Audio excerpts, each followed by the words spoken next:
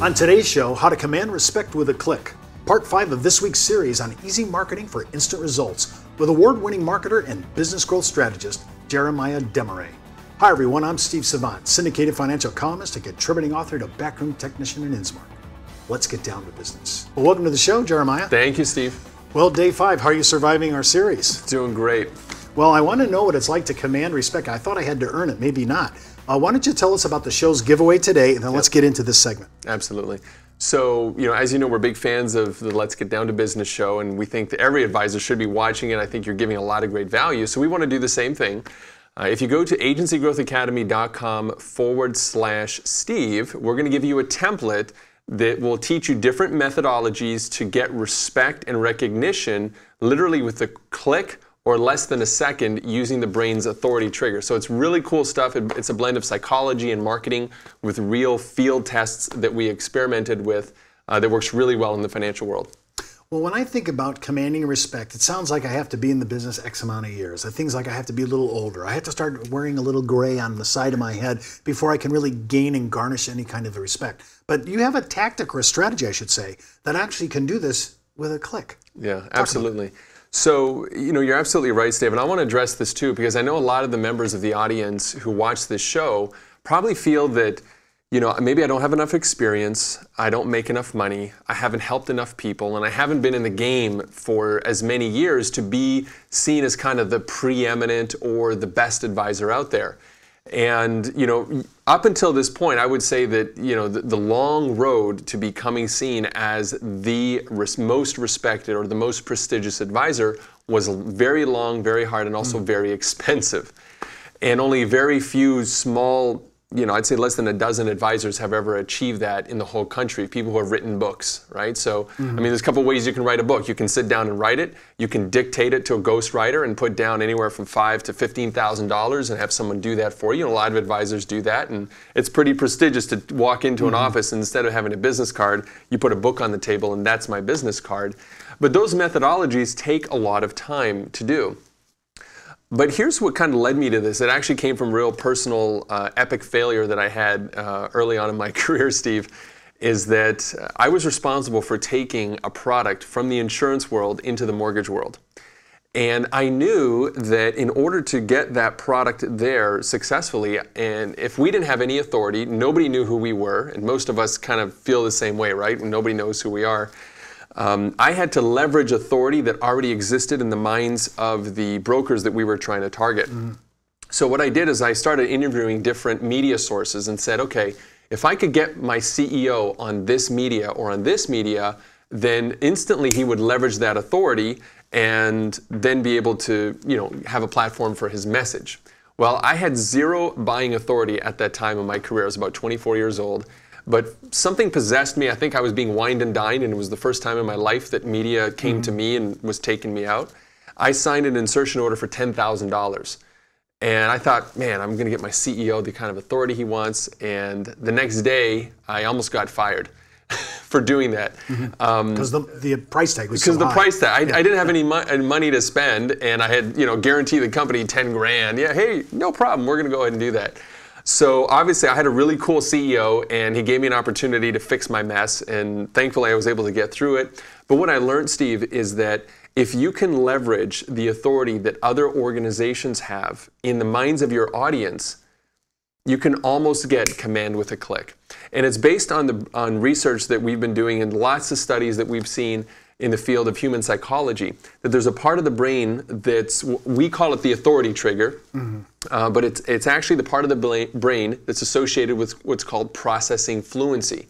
And what that means is that if the brain sees something often enough, like a logo or a brand or a media entity, the more often it sees it, the faster it processes it. And if you take a product, let's take this mouse for example, and we associate this mouse with that product that already has good feelings and good vibes in our brain, we are much more likely to say that this product is a higher quality product that we are more likely to enjoy, even though it could be an inferior product. Now, obviously, what I'm going to teach here can be very dangerous if you're someone who sells unethical products. So I'm going to assume that if you're watching this show today, that you're an ethical person, you use products in an ethical way, and you only exist to serve your community. So that's kind of the caveat. And that's how this strategy works so well. When we come back from the break, we're going to walk through this with Jeremiah. I think you're going to find this hugely interesting, and it could be very impactful for your practice. We'll be right back.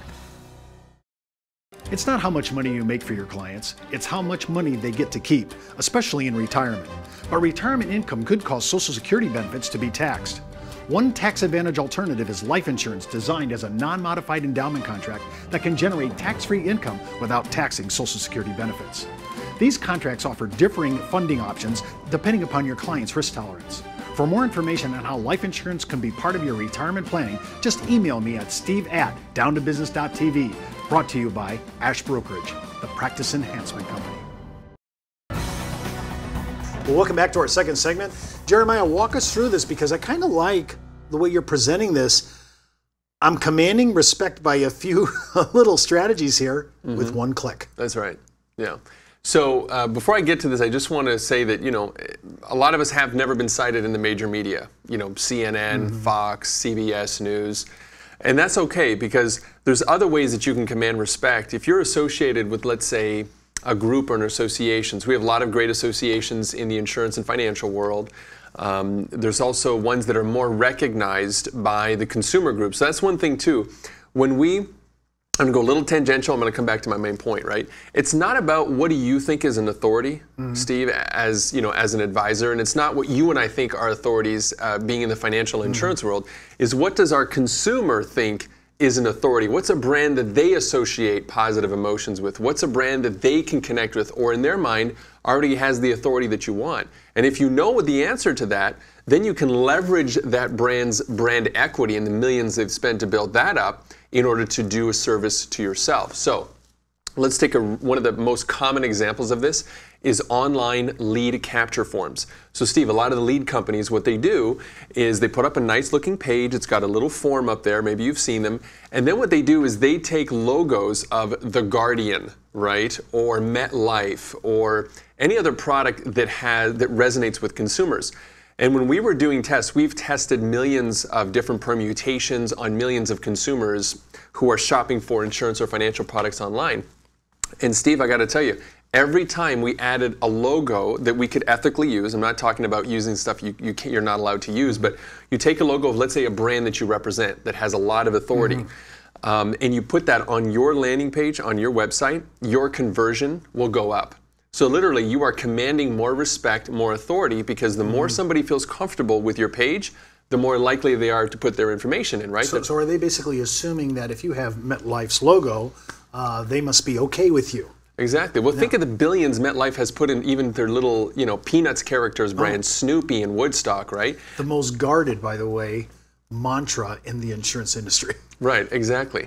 So they already spent millions to build their brand. Why not just leverage the great brand equity that they have and use that in your marketing if you're allowed to? Now, moving back to this example, I did a quick search and took a screen capture of I just typed in insurance agent Chicago, right? And you can see here that there's 4 different selections. Now, there's something different about one of them, Steve. And if you were to make a choice, who would be the first person you would click on? Well, I'd go with the one with the media, because that would be telling me that this person has some connects. That would be obviously the one that you kind of gravitate to, right? Who would be the person you would work with? And just as an example, after I got cited in the major media recently, I was cited on CNN.com and Fox News and CBS, and I've helped build Inc. 500 companies. So we use those logos on my profile shot, and if you go to LinkedIn, you can see it. Well, it's amazing, Steve. After I did that, look what happened.